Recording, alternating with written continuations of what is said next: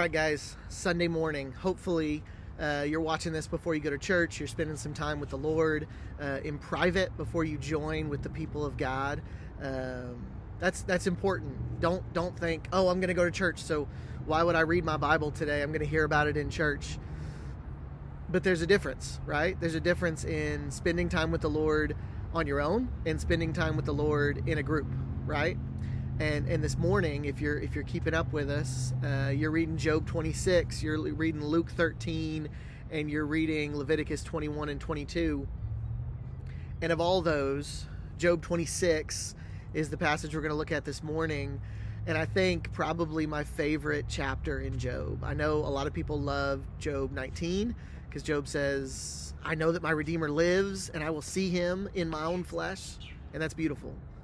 People love the end of Job because we hear from God and it's powerful.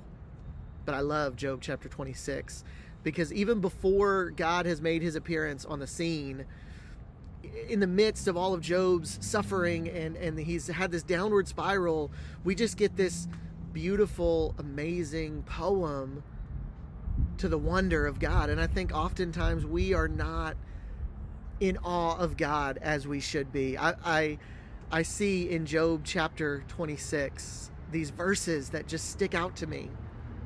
He says in verse 7 that God stretches out the north over the void and he hangs the earth on nothing.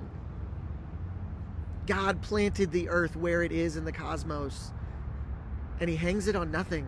Nothing holds it up except for God.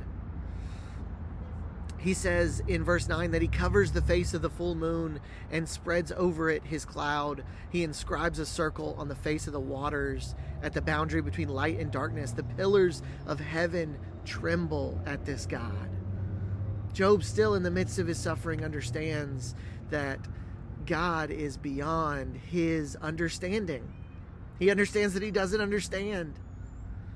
And then we get this at the very end, this verse 26:14. Memorize it, understand it, plant it in your heart.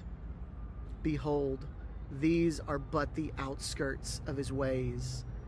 How small a whisper do we hear of him? But the thunder of his power, who can understand?